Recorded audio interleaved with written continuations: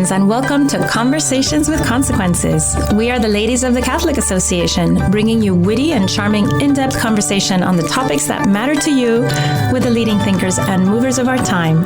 Conversations with Consequences is part of the EWTN Global Catholic Radio Network. Our radio show is always a podcast, and you can listen by going to thecatholicassociation.org/podcasts. I'm your hostess, Dr. Grazie Christie. It's February. Hard to imagine that it was only a year ago that the world looked so different. All our panoramas were different. All our expectations were different. But there's been a revolution in our lives. And here we are in 2021, the beginning of February, still looking at a very strange world. I hate that phrase, the new normal. I'm not even going to use it. I know I just did. Today, we have a great show lined up for you, kicking off with Kathryn Jean Lopez, a good friend of the show's. She's also editor-at-large for the National Review Online. We're going to talk to her about this new year, the impact of COVID. She has lots of great reflections, the way we are all handling this pandemic and the way it's affecting our families and affecting our places of worship. And then we are going to visit with Father Mike Schmitz, and he's the Director of Youth and Young Adult Ministries in the Diocese of Duluth, Minnesota. He's somewhat of a rock star with his podcast and his online homilies. He's reaching audiences of all ages, and he's part of Focus's Seek 2021 conference. He's going to be telling us all about that and more. But first, welcome back to the show, Kathryn. Oh, I'm so happy to be on, Gracie. Thank you so much for asking. Well, you're very kind to lend us your time. Again, you're a very, very busy woman. You're preternaturally busy, I might say, because you're everywhere all the time. And then I read your wonderful pieces. They seem to appear with such frequency, and they're wonderful. So thank you for always being there for us, Kathryn, and giving us such a wonderful view from your, not only your fertile mind, but your kind and your kind and generous mind. That's always, I know, very connected to God, to the spiritual. Well, thanks be to God for platforms and I really think people are really hungry. I know people are really hungry right now. So I kind of feel like people who have platforms to do some good with have to try. So that's why I keep doing these little virtual events and things, because if they can be of any help to people, then I certainly want to do that. Yeah, so lately I've been at two of your virtual events. One of them you held right before the virtual March for Life, and you had a virtual lunch. Usually the National Review has a really wonderful... The National Review Institute, yeah, we have a private lunch every the day before the March for Life, and take advantage of some of the people from around the country who happen to all be in DC at the same time.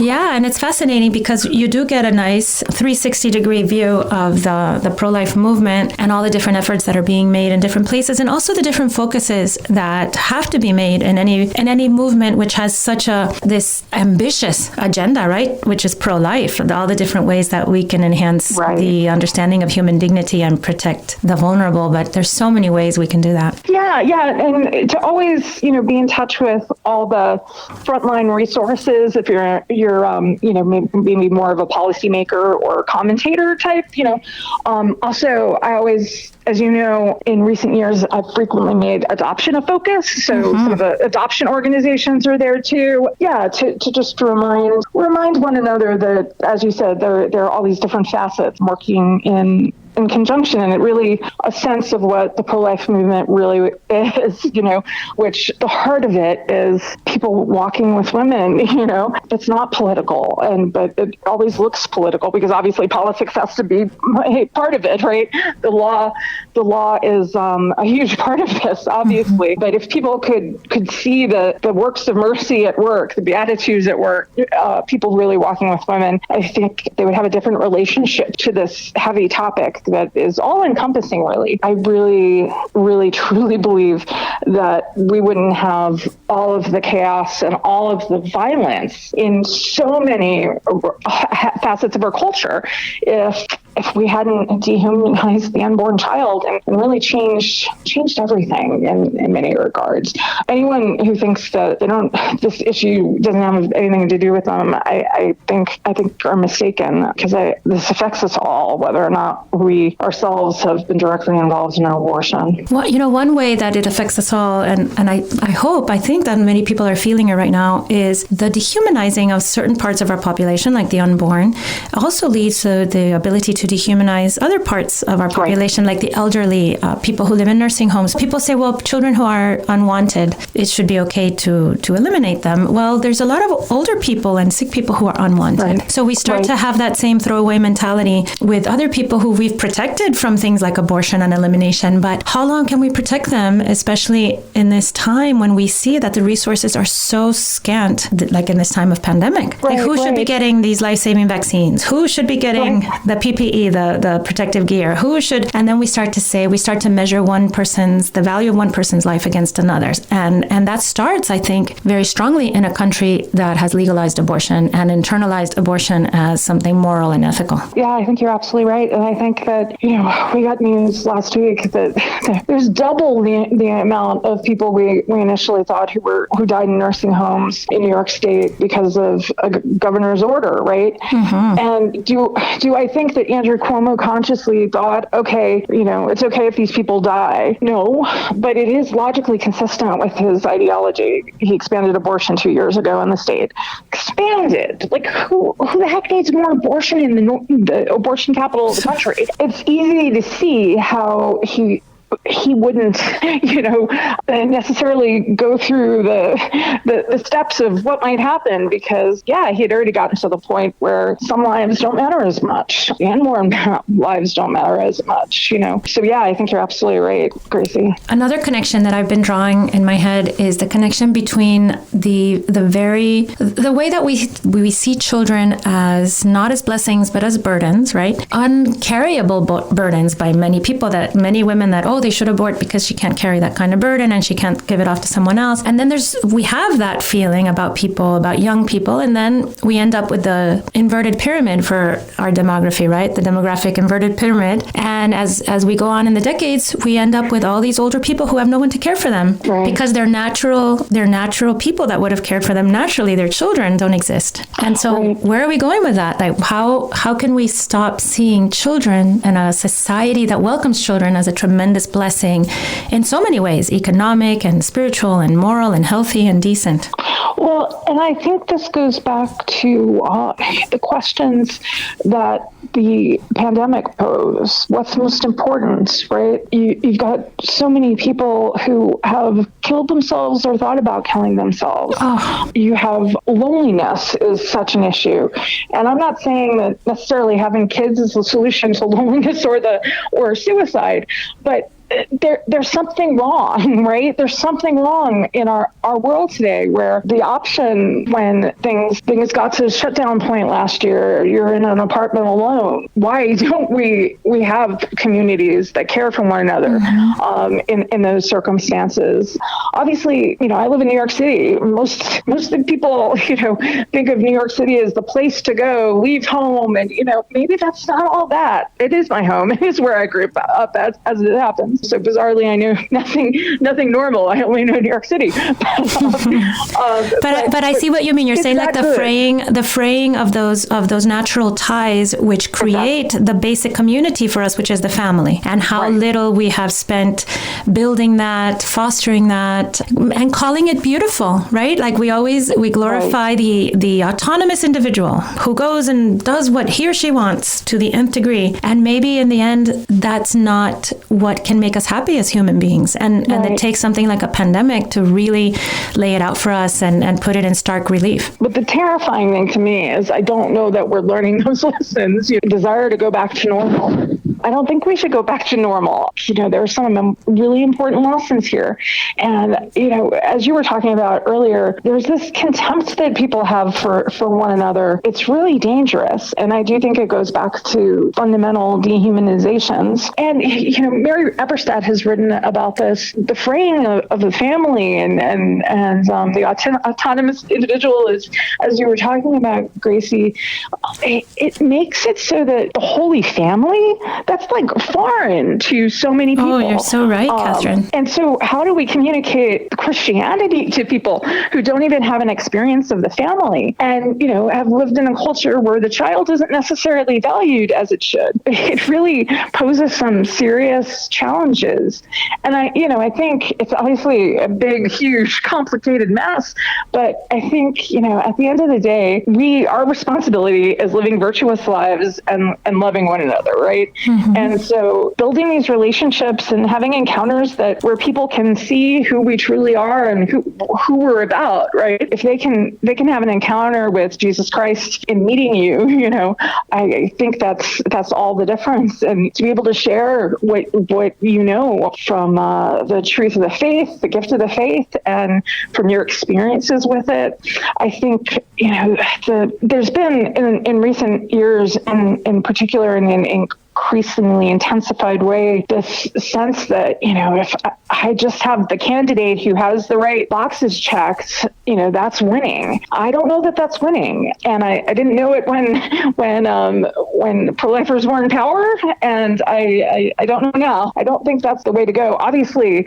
you want the laws to reflect the truth, and we're increasingly going in the direction of that not being the case increasingly. But what are people seeing of us, and what are they learning from us by the way we witness to the truth? And I think that's the thing we have to value the most and prioritize the most. If we put all our eggs in the political basket, we're going to all be in trouble, How can we fill that need that you mentioned, that people are hungry? I feel it very strongly too. How can we fill that need if we're not allowed to congregate, if we're locked down, if the mass, our expressions of worship that are so important to us, that's how we build community as a church. We come together and my husband, Kathryn, very well, and I speak about him a lot on the show. He's a convert. I think a huge part of his delight in Catholicism is the community, the sense that when he walks into a church, he's part of a family that accepts and loves him and embraces him. And then no matter where he is all over the world, he repeats that experience. And it's every so time charming. Jesus in the tabernacle, you're home. You're home. Exactly. Yeah. He's home. He's part of the body of Christ, and he feels it very strongly, and he feels that connection to the other members of the body. How do we maintain that in this terrible time? And how do we keep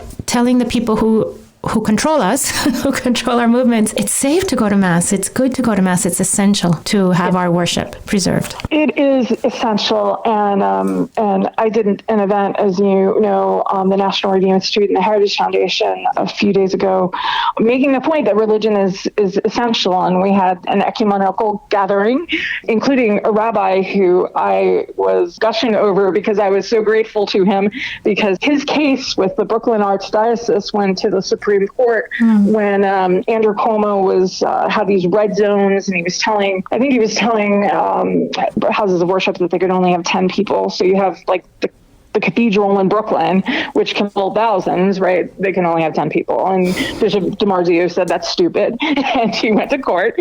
He won because of the Supreme Court. Anyway, but our experience last year was wrong. We didn't, I think initially we didn't know what we were dealing with. So for the church, it seemed temporary. It seemed like a temporary measure. Exactly. And I think we were being good citizens doing that voluntarily, eliminating the obligation. And thanks be to God for priests who I know, for instance, St. Joseph's in New York City. I'll pick on the Dominicans, or to celebrate the Dominicans rather. They couldn't have people at Mass. They were told they couldn't have people at Mass. But they had their doors open, and they had adoration, and they had confessions, and they were doing it safely. So they did everything that they could legally do, so to speak, within the archdiocesan rules. And I know a lot of places where that was the case. I know of no known cases of people having gotten COVID that way. Yeah, no, it went on too long, and I'm grateful to the efforts of some medical doctors at high-ranking universities who worked with churches to figure out how we can do this safely. We should never have a shutdown of masses again. I remember saying at one point, if we were, I'm thinking of somebody like Walter Chizik, or, somebody who was in prison, Maximilian Kolbe, or, if we were in that situation, I know God would be present to me, and, but that was not the situation we were dealing with. There was a way to get people to Mass safely. And I don't say this to, judge anyone or anything. I mean, we all have this experience. I think the important thing now is for people to come together and ecumenically and make clear that, look, as long as, this is one of my bottom lines, as long as the supermarkets and the liquor stores are open, the churches are going to be open. But, they would never think of closing the grocery stores. And so why are we closing the churches? Because yes, we have physical needs, but we have spiritual needs too. Particularly for Catholics, I think this is an awesome time to really renew our conviction in the truth of the real presence. If we believe that Jesus Christ is truly present at Mass, how on earth can we stay away? And again, if it really truly is necessary. But I went to Mass today. It was totally safe. One of the experiences I've had over the last year is when there was a shutdown and we couldn't go to Mass or confession, I used to say, it was sort of it wasn't a throwaway line, but it was sort of like an act of gratitude. I would say that I don't think I could live without confession. And oh my goodness, it's kind of true. It was very, very difficult. And the consecration at Mass, I have this renewed appreciation for it, gratitude for it, because it's like, I can't tell you just today how many things I witnessed in New York City or experienced just sort of walking to Mass and walking back. I need to give that all back to God, or it's going to be so overwhelming. It includes like walking past the Planned Parenthood and seeing so many cries from like the depths of hell. And my point is that there's so much evil going on. We need to be present at Mass, and we need more Masses, not less. And I think we who cannot perform the Mass ourselves, we who are not the priests, first of all, we need to let the priests know how much we appreciate them and need them. Absolutely, the priesthood is very not appreciated right now, and it needs to be, because the vast overwhelming majority of priests I know are wonderful men who are faithful. They're human beings who need encouragement and gratitude. And my experience, I know it's similar. Writers don't hear from people unless the people are mad. That's true. Priests do not hear from people unless the people are mad. I'm sure it's the case in so many walks of life. Doctors don't hear from anyone unless there's. That's for sure. We really need to encourage one another more. And I think in particular about the Eucharist, if we can do it safely, which we can, volunteering, getting a group of people to do holy hours. Things are getting worse, not better. And I think it might be a reflection of the fact that we're not praying as we ought. I remember years ago, I think it might have been the first year of his pontificate, maybe the second, Pope Francis had this 7-hour prayer vigil for peace in Syria. It was when the height of ISIS and everything. And then, or it was just before the height of ISIS. And then basically all hell broke loose in that region. And I thought, oh my goodness, because we didn't do what he told us to. I didn't see a lot of 7-hour prayer vigils, I didn't even hear petitions for the persecuted in so many masses. That has changed, I think, a little bit, but probably has fallen off again now with the pandemic. I think that we really have to make known how essential our faith is. I happen to be in a very active parish. We have outdoor, I'm in Florida, I'm in Miami, so we have outdoor adoration 15 hours a day, and there's always... Wow. Yeah, you have to come down and visit, Kathryn. Yes, I do. Well, you have an open invitation. So we have outdoor adoration, and it's quite crowded. Lots of people. Beautiful. We have 2 daily masses. Lots of the masses are packed. The daily masses are packed. People go from the Mass to the adoration, and they'll stay, and it's so lovely to watch. But you know what worries me? There are also a lot of people who, because they were given the dispensation from the archdiocese, from the archbishop, the dispensation hasn't been lifted, even though the Mass is safe. They're not coming to Mass, and they've given up that habit. And I'm worried that if we as a church don't keep so some of us are begging for more masses. Other ones are saying, well, if it wasn't necessary, it's maybe was never really necessary. We could pray at home. And I'm afraid of losing those people. What do you think? What do you think we can do to recapture them and bring them back to Mass? I think there should be a huge campaign, both official and person to person, to invite people back to church. I understand there's some elderly and other vulnerable people who the obligation should still be lifted for. But we want people to want to be there.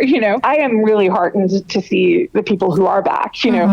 Sometimes I go to a church that is kind of crowded, and I'm like, wow, these people don't have to be here. And especially when they're young people, it kind of excites me. But I think a lot of this is invitation and really sharing the joy, share why you go. I think somebody like your husband is a great evangelist for that because he has just such a joy and a peace when he's there. And I think sometimes we underestimate what, reaching out to somebody and making that offer might do. And I know too, I don't give up either. If somebody makes clear that they don't want that invitation again, well, that's one thing. But I can think in my own life, I've had people who, there was one friend of mine, it was heartbreaking how much he was not taking up my offer.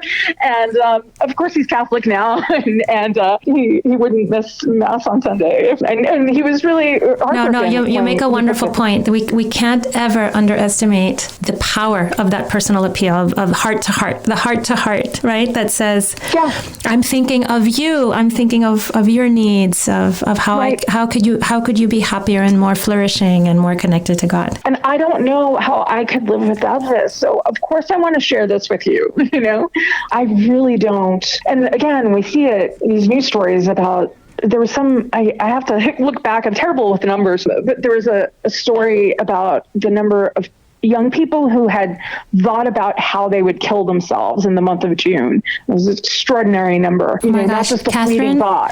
Kathryn, I don't know that many young people, and since a year ago, I've known 3 young people that have tried to commit suicide. And I don't know that many, so I'm sure anecdotally most people are having the same experience. I mean, we have to have the same experience because suicide attempt rates are through the roof, especially for the young. Right.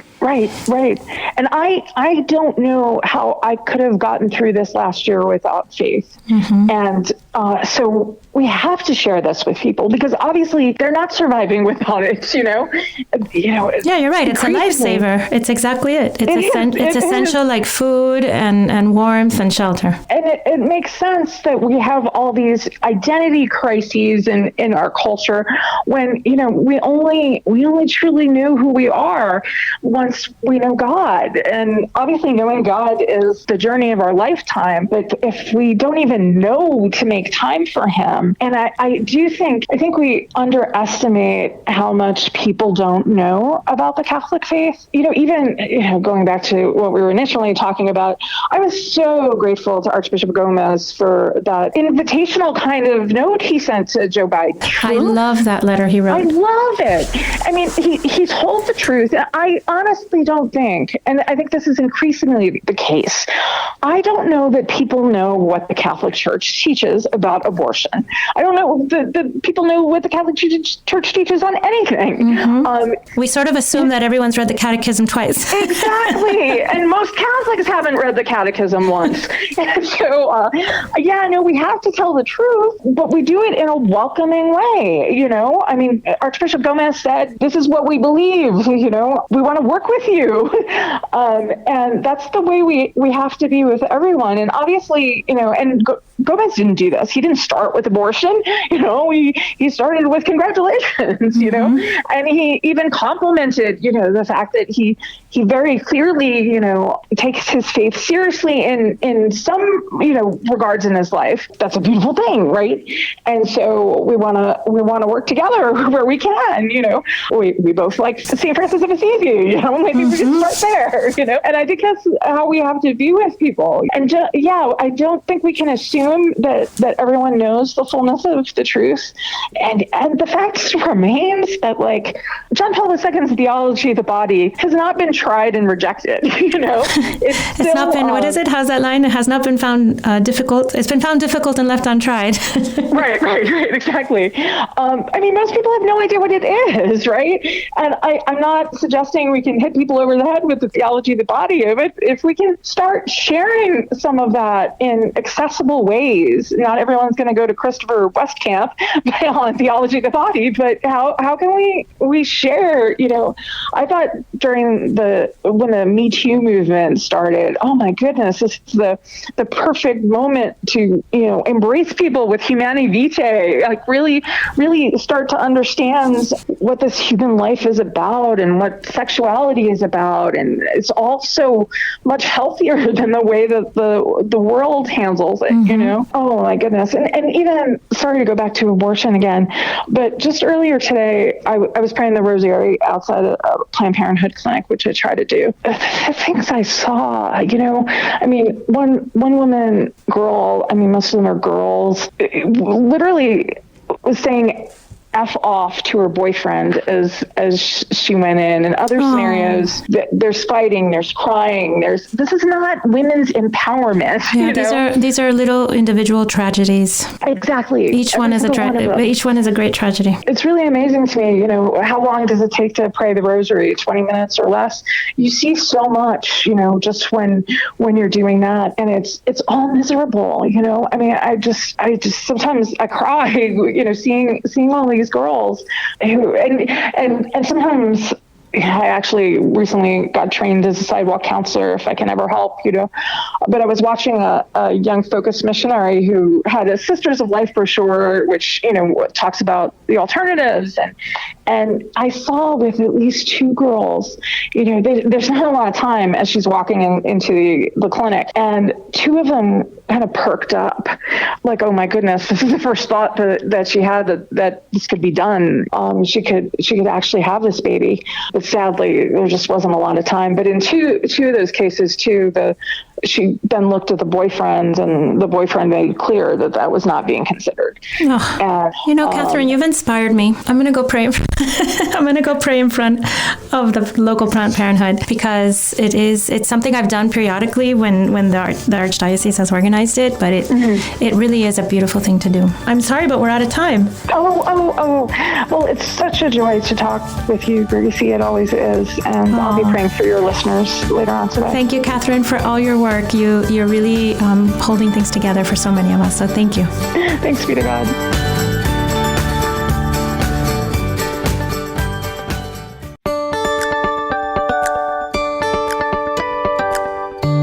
Welcome back to Conversations with Consequences. I'm your hostess, Dr. Grazie Christie, and for the rest of the show, my colleague and good friend at the Catholic Association, Maureen Ferguson, is joining me. We are very happy and very blessed to have Father Mike Schmitz with us. He's the Director of Youth and Young Adult Ministries in the Diocese of Duluth, Minnesota.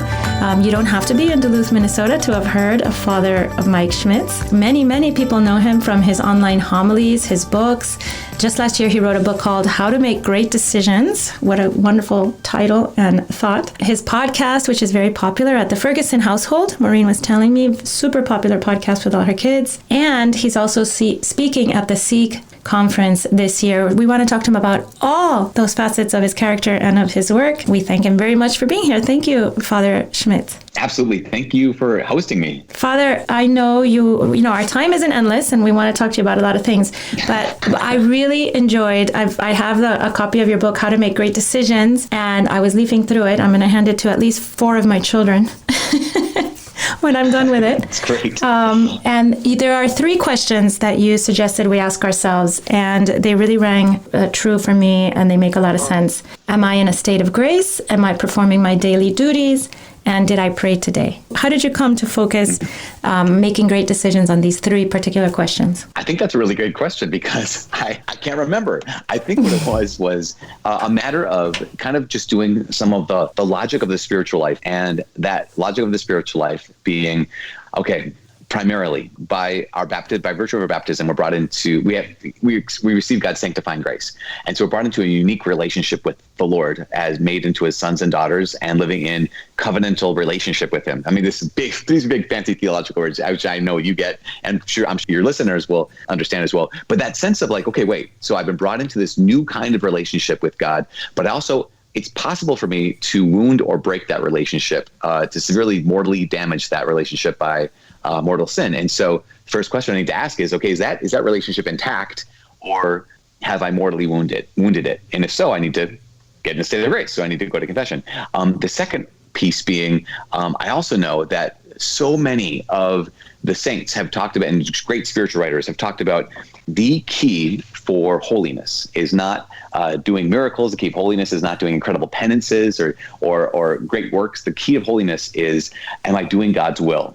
And so the next question would be, am I doing my daily duties? Because where do we find our daily duties? Well, where do we find God's will? We find God's will in doing the kind of ordinary things that we've committed to, that our vocation demands of us, or that those people we're responsible for have asked of us, or that we've committed to. So that second piece being like, okay, am I doing that? Am I on a basic level just doing God's will for my day to day? And then thirdly, especially when it comes to the reality that God continues to speak with us. If we're in communion with him, right, in covenantal relationship with him, and we're striving after holiness, if he wants me to turn to the left or turn to the right, or stop or slow down or keep moving forward, then I need to be intentionally listening to his voice.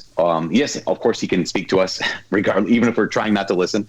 He can do that, but it would make the most sense that we would be listening, and that means praying. And so it kind of seemed like these really three key but incredibly simple and necessary things that we need to be doing if we're going to be pursuing holiness and being the people that God has created and redeemed us to be. Father Mike, it's such an incredible treat for us to have you on. I first heard about you from my teenage children who used to come home from their high school youth group, and they would say, Mom, you got to see a video of Father Mike's on all kinds of topics. So at the beginning of the new year, they told me about your podcast. And so we've been listening to your new podcast. Sometimes we do it during dinner, sometimes after dinner. And your new podcast is topping the charts, even the secular church, which is unbelievable. And we would love to know, what was your inspiration in creating the Bible in a Year podcast? Can you just tell us a little bit about that? Is it too late to get in on it if you didn't start at the new year?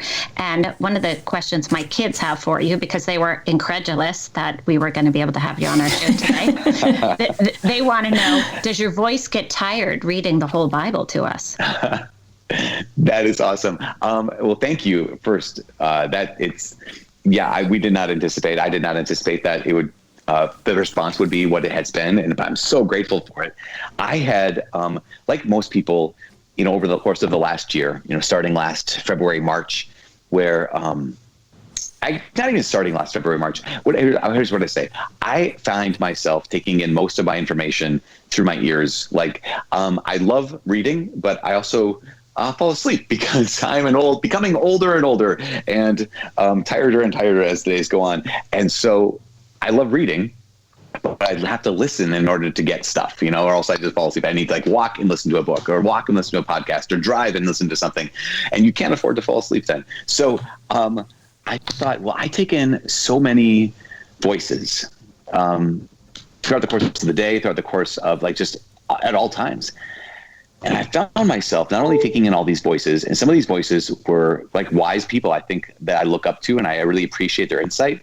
I found myself still getting distracted by those voices and still getting distressed by those voices. Even if they had wise things to say, I didn't always find that they had the worldview of Christ and that mind of Christ that St. Paul implores us to take up. To be transformed by have our thoughts be renewed, right, by Christ. So I thought, when I encounter God's word, when I hear the Bible, because I have I bought a New Testament dramatized version, so I listen to that, and I think when I walked away from that, I always had this sense of okay, this is true, this is good, this is beautiful, and I'm not distracted and I'm not distressed. And I thought it would be incredible to be able to go through the whole Bible, like from start to finish, and let people just press play and let it kind of just shape their minds and shape their worldview and shape their heart. And so I proposed it to Ascension and said, what do you think about doing this podcast? And they were really excited because apparently years ago, someone had the idea, but they didn't know who to ask or when they were going to do it. And so I said, well, how about now? And it doesn't have to be me, but I would love to. And so that started the ball rolling. The last two things I just want to offer is this is kind of a unique podcast or a unique Bible in a year because there's a ton of go through the Bible in 365 days out there. I mean, that's when we first did it. I said, hey, let's download one of those templates and follow that. And they said, well, we also published this thing called the Great Adventure Bible Timeline created by Jeff Cavins. Why don't we base our template or the way we proceed throughout the course of the year off of that? So we have the narrative books that tell the coherent story from the very beginning to the very end, and then we can situate those other books in their context, right? So it was brilliant, and a bunch of the people at Ascension, they crafted it, they created it, and they put it in the right places, and that's been such a gift. Lastly, you asked that what if people haven't started yet? Is it too late?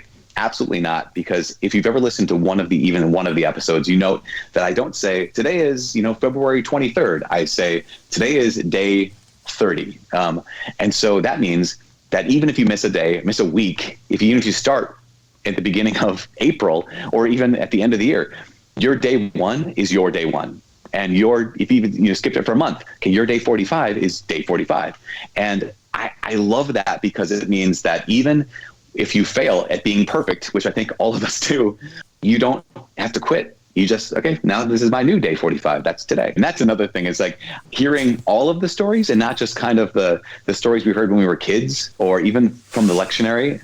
We get to hear like, wow, this is a messier story than I seem to have picked up over the course of these years. Indeed, Father, and not always G-rated. We discovered we had to pause one time with our 10-year-old also at the table. We did have to pause one of the episodes. I bet. But truly, the Old Testament has always been so difficult for me to decipher. So it is so helpful the way you put things into context. And, I'm curious, what is your target audience? Because you, of course, are so dedicated to youth ministry, but I have gotten so much out of this. So did you plan this as part of your youth ministry, or is this sort of for everybody? Maybe I should have thought of that.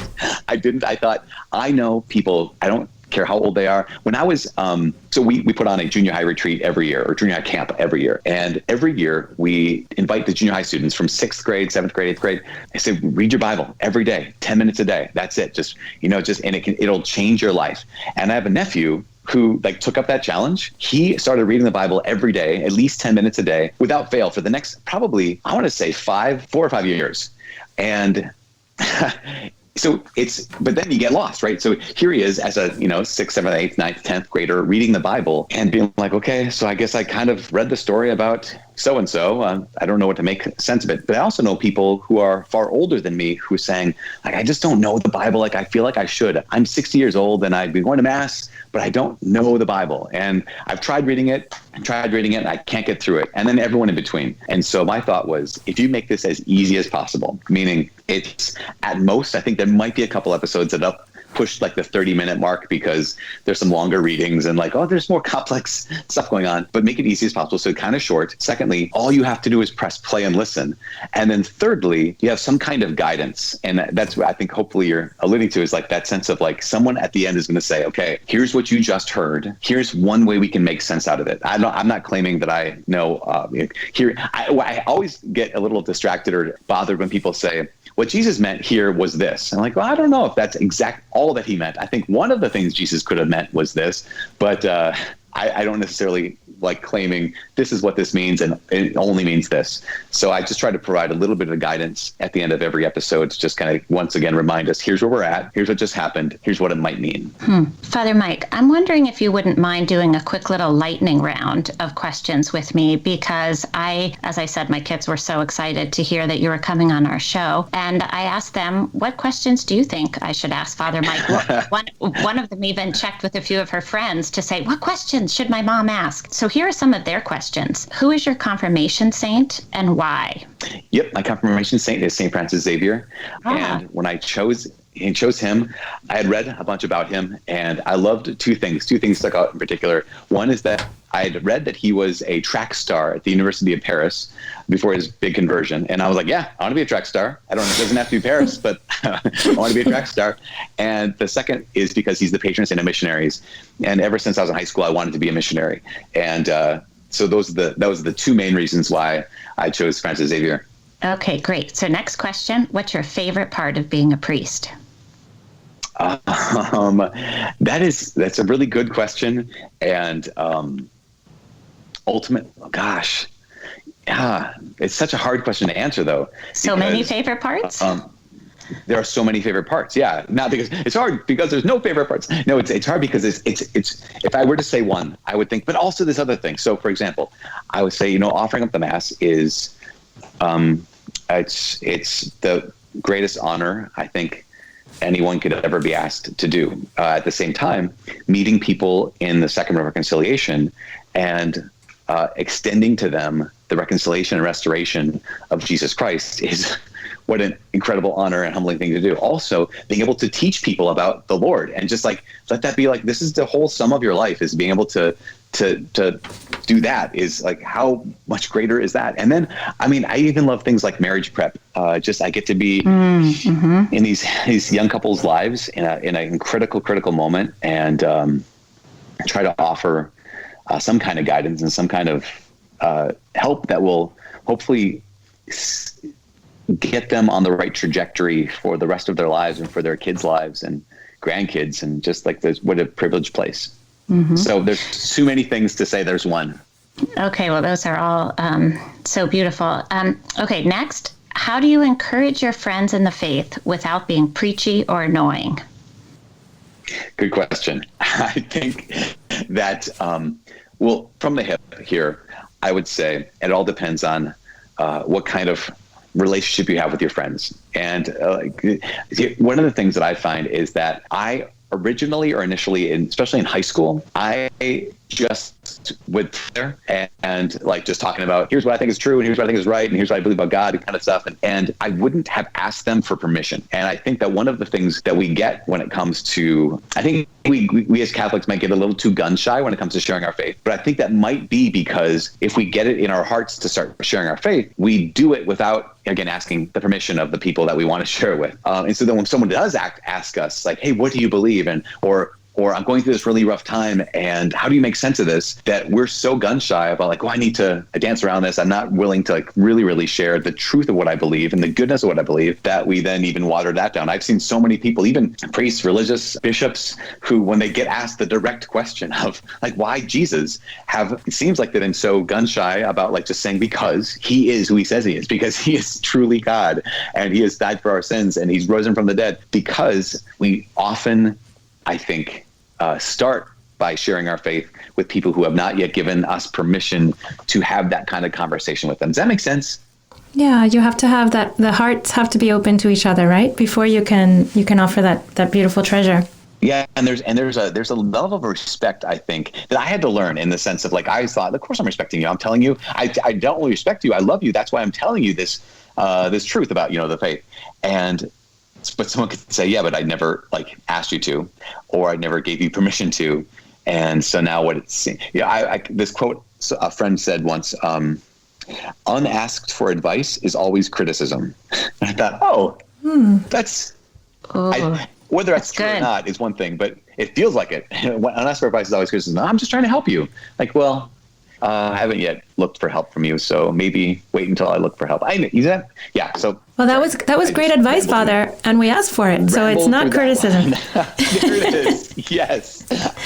Well, Father, we only have about a minute and a half left, but we don't want you to go without talking about the fact that you will be sharing your message this year at the Focus Seek 2021 conference, where there will be many young adults. I'm actually not sure if it's going to be in person or virtual. I'm assuming virtual because of everything that's going on. So, yeah, normally the Seek conference, I think the last time we had it 2 years ago, had roughly like 15,000 somewhere in there. In person, it was amazing, incredible. This year, because of COVID, there is this mix. So the mix is we have 22,000 people registered so far. It's the largest ever Focus event, with not just college students participating, but also parishes participating, because normally this is for college students, or at least specifically sponsored by the Fellowship of Catholic University Students, which is a college evangelistic ministry, so good discipleship ministry. But because it's online, people are saying, like, if you have a group in your parish, be part of this, tune in. So what we're doing is, for our campus, we are going to a location. So we're gonna be in person with each other. We're keeping all the distancing and all those kinds of regulations intact, but we're going away. So we're putting on this retreat for our local community, and a number of parishes, a number of campuses are doing the same thing, while the talks and the other events are being streamed from various locations. So as an example, I'll be giving one of the talks on Saturday night, and so I'll be with our students, and they're going to stream that talk from where we are to the rest of the sites around the country, around the world. And so if someone's interested, it's really incredible. There's a worldwide prayer vigil on Saturday, February 6th, and there'll be thousands of people coming together asking God for an outpouring of the Holy Spirit, for healing today's culture of death, for our church, evangelization. And if you're interested, you can go to seek.focus.org, because anyone or any group of people can still participate. You can still register to be part of this. It starts Thursday night, it's Friday night, and then all day Saturday and Sunday morning. Oh, that sounds fabulous, Father, and I'm glad that you have been able to be so inventive and make it happen, even with all the challenges. Excited. Well, thank you, Father. It's been wonderful to have you. You're a wonderful voice in these dark times. I can see that you're having a tremendous impact, and we'll pray for success at the Seek conference. And for more information on Father Schmitz's work, you can check out bulldogcatholic.org. Thank you so much, Father. Thank you. And now, Father Roger Landry offers us, as is customary, a short and inspiring homily to prepare us for this Sunday's Gospel. This is Father Roger Landry, and it's a joy to have a chance to ponder with you the consequential conversation Jesus wants to have with us this Sunday, when we'll have a chance to examine the beginnings of Jesus' public ministry and get a glimpse at an ordinary day in his life. Jesus' priorities can help us examine our own, both with regard to how we're receiving his work in our life, as well as how we're continuing his work. Jesus began the day by preaching for a long time in the synagogue on the Sabbath, which, as any priest will tell you after a Sunday morning, must have been somewhat exhausting all-day work, since people would return home normally only at sunset. So he went to Simon's house with Simon, Andrew, James, and John, and as soon as he arrived, he healed Simon's mother-in-law. Then, after sundown, when they could travel, the people of Capernaum brought to Jesus all who were ill or possessed by demons. St. Mark tells us that the whole town was gathered at the door. Jesus cured the sick and cast out the demons. It was very likely grueling work, because in no part of the gospel did Jesus ever do general healing services, but cured the ill or the possessed one by one, so that he could establish a personal relationship with each grateful recipient and hopefully bring them from a physical cure to a far more important spiritual one. It was probably close to midnight by the time he finished. He arose the next morning very early before dawn and went to a deserted place to pray. St. Mark tells us that Simon Peter and his companions hunted for Jesus, and when they found him, said, "Everyone's looking for you." Without question, the hordes had brought many others among the sick and the possessed from all the surrounding regions to Jesus, and were hoping for a sequel for what they had witnessed the night before. Everyone is looking for you. We might have expected that Jesus' response would have been one of jubilation. After all, he would later say, "Come to me, all you who are weary and are carrying burdens, and I'll refresh you." He wanted people coming to him with their burdens. He wanted to give them refreshment. But Jesus, when told that everyone was looking for him, didn't respond by saying, "Alleluia." Rather, he said, much to their surprise, "Let us go on to the nearby villages so that I may preach there also. For this purpose I have come." Jesus had come to preach the gospel of the kingdom of God. He probably realized in prayer that morning how urgent the task was for him to accomplish the mission the Father had given him. He probably grasped as well that the people were coming to him not so much because they wanted what he wanted to give them, but to obtain from him what they themselves wanted. The crowds were looking at him as a wonder worker, as a powerful exorcist, and as an unbelievably effective and shockingly free physician. But Jesus had a different set of priorities than the crowds. He wanted them to accept him on his terms, not theirs. He wanted them to come to him not principally as the doctor of their mortal bodies, but as the Savior of their immortal souls. Jesus' priorities get us to focus first on ours with regard to him. Do we hunger for what he wants to give us, or for what we want him to give us? Do we seek to accord our priorities with his or his with ours? It's still common today that many people, like those in today's gospel, come to the Lord mostly as a miracle worker, as a benefactor who can pull strings to get them out of a jam, as a powerful friend who can provide a quick fix to a problem we're facing. Jesus, however, wants more. As he said in the gospel, the reason he came from heaven to earth was to proclaim the message of the kingdom, and to proclaim it in such a way that it won't fall on deaf ears, that it won't be ignored, but embraced, followed, and lived with joy. He wants us to respond to his proclamation of the kingdom with the same type of life-changing faith that we see in Mary and the apostles. That's his priority. Many of us, let's be honest, might believe that Jesus has his priorities mixed up. After all, imagine how full our churches would be if Jesus, through parish priests or through one of the parishioners, was working tremendous healings and miracles. The dramatic exorcisms would bring national, international media attention. All those with cancer or paralysis or back pain or emotional scars would come to church and leave completely healed. Probably it would also bring some of the criminals and drug dealers who, in seeing this incredibly divine power working through human instruments, might be brought to conversion. But that's not the way Jesus chooses to do it. Instead, he fundamentally sends priests ordained in his person in the church with them to preach the gospel of the kingdom. From Jesus' own divine perspective, the greatest gift he can give any of us, whether we're ill or suffering or healthy, is his holy word. He wants us most to listen to his preaching, to embrace his word, and in consuming the word made flesh in the Eucharist, to become so one with the word that we become living commentaries of his life in the kingdom. Doing so, he's not ignoring all our ills and problems, but trying to address them at their root. All of these sufferings and difficulties are symptoms of the same essential cancer, the cancer of sin. Physical pain comes as a result of the first sin of our parents at the fall. Our emotional pain and many of our illnesses come from the wounds that our sin and others have caused. Jesus isn't ducking any of those difficulties, but in his divine omniscience is trying to lead us to what is the cure for them all. We see Jesus' priorities at work in the lives of his first apostles. The first time Jesus sent them out, he gave them instructions to preach that the kingdom is among them, and then to cure.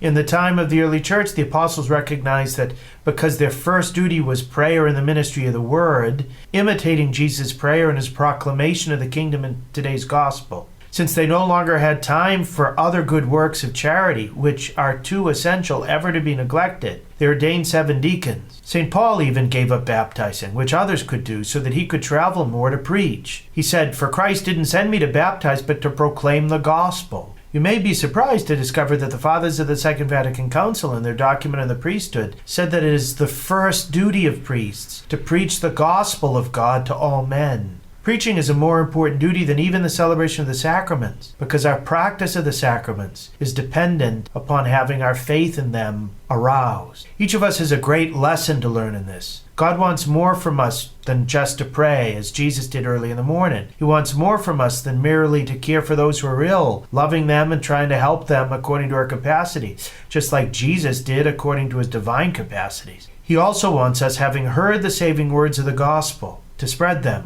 to bring this good news of salvation to others. Pope Francis asked in his beautiful exhortation, The Joy of the Gospel, if we've received the love that restores meaning to our lives, how can we fail to share that love with others? What kind of love would not feel the need to speak of the beloved, to point him out, to make him known? Because we are convinced of the difference Jesus makes, we must evangelize. We must go to those who haven't heard or embraced this proclamation of the kingdom and propose it to them. 2,000 years ago, at the end of the day and the life that we observe in this Sunday scene in the Gospel, Jesus left those who were seeking him in order to go to other villages to preach the gospel of the kingdom. After his ascension, he changed his method of operation. He no longer leaves to go to other neighborhoods or cities, but instead stays in the tabernacle and wants to send us, like he sent his first followers, to the other villages. He does this not so that he can have a well-earned eternal vacation, but because he loves us And he realizes that the greatest gift he could give any of us is the vocation to share in his mission of the proclamation of the kingdom for the salvation of the world. For this reason, he said he came. For this reason, he created us. And so as we prepare to enter into a day of Jesus' life, let us allow him to enter into every day of ours by praying with him, by caring for others with him, by hearing his word, and by becoming proclaimers of that same great gift. God bless you all. Thank you, Father Landry. To hear more from Father Landry, check out his website at catholicpreaching.com, and you can also catch his writings at EWTN's own National Catholic Register. A big thank you to all our listeners for joining us. I hope that this show was helpful.